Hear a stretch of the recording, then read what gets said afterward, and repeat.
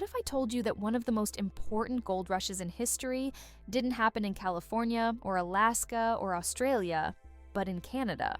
And what if I told you that this gold rush didn't just create towns and fortunes, but actually helped shape the very borders, identity, and future of Canada itself? You've probably heard of the Klondike, maybe you've heard of California's gold fever. But this story? It's the Canadian gold rush almost no one remembers. The one that changed everything and then somehow slipped out of the history books. This is the forgotten Canadian gold rush that changed the world. And trust me, you'll want to stick around until the very end, because the twists, the chaos, and the global ripple effects are unlike anything you'd expect. But before we jump in, take a quick moment to hit like, comment, share, and subscribe. It helps us bring you more hidden stories like this one, the kind that make you see history in a whole new way. Done? Great. Now, let's travel back in time. The year is 1858. Imagine Canada as it was then. Not the sprawling, independent country we know today, but a scattered collection of colonies. In the West, British Columbia wasn't even officially a colony yet. It was a fur trading outpost, run mostly by the Hudson's Bay Company, with tiny settlements and vast wilderness stretching as far as the eye could see. Indigenous nations had lived there for thousands of years, their territories and cultures deeply tied to the rivers, mountains, and forests. For outsiders, the region seemed remote, quiet, and isolated. But all of that was about to change. Fast. Word began to spread. There was gold in the Fraser River. At first, it was just whispers.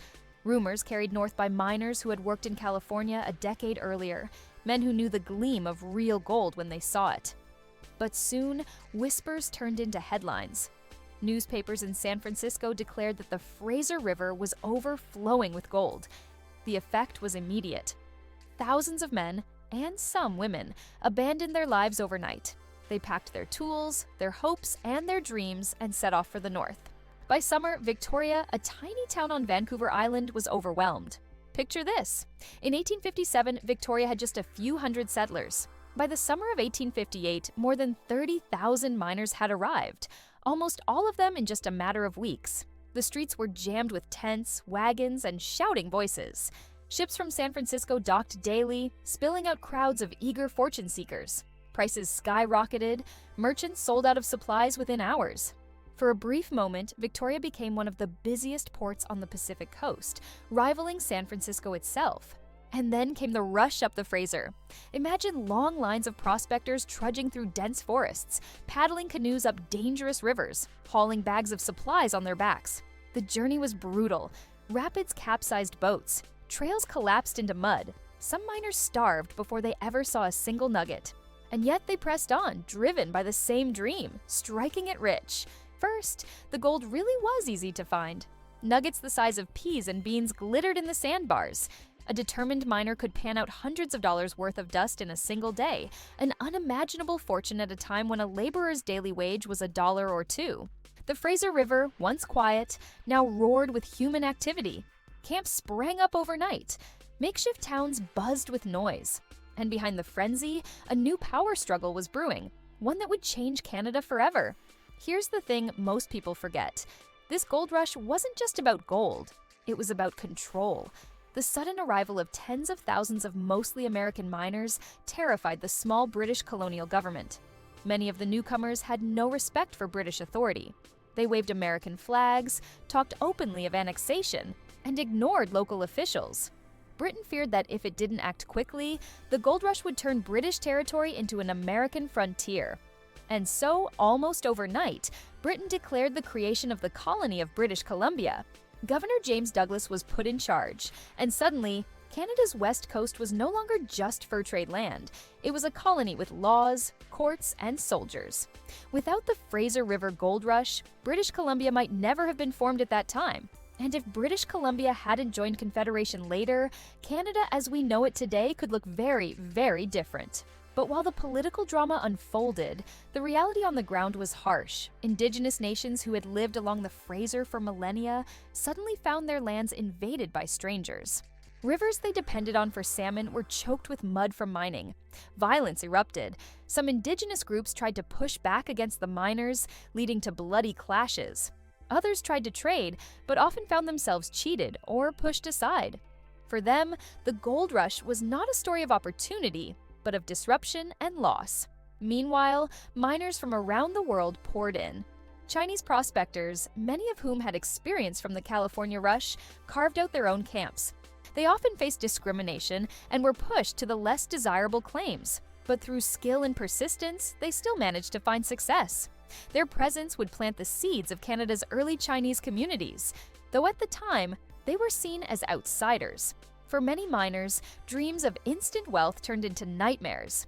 Gold was unevenly distributed. Some struck it rich.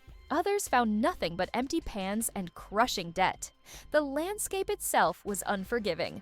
Winter arrived quickly in the mountains, trapping men in freezing camps with dwindling supplies. Disease spread. Starvation loomed. The gold rush that began with glitter soon revealed its darker side. And yet, the impact was undeniable. The rush brought an explosion of people, money, and attention to Canada's west. It forced Britain to strengthen its presence. It laid the foundations of cities like New Westminster and later Vancouver. It drew Canada into global migration networks, linking it to California, Australia, and China. And in doing so, it shifted Canada's trajectory, not just locally, but globally. Now, here's the strange part. Despite all this, the Fraser River Gold Rush has been mostly forgotten. Why? Partly because it was messy. Unlike the Klondike, which became romanticized in novels and photographs, the Fraser Rush was chaotic and violent. There were no neatly frozen cabins or snowy dog sleds to capture imaginations. Instead, there were riots, border tensions, and angry governments. And maybe that's why it slipped into the shadows of history. But if we zoom out, the Fraser Rush wasn't just a Canadian story. It was part of a worldwide wave of gold fever that transformed the 19th century.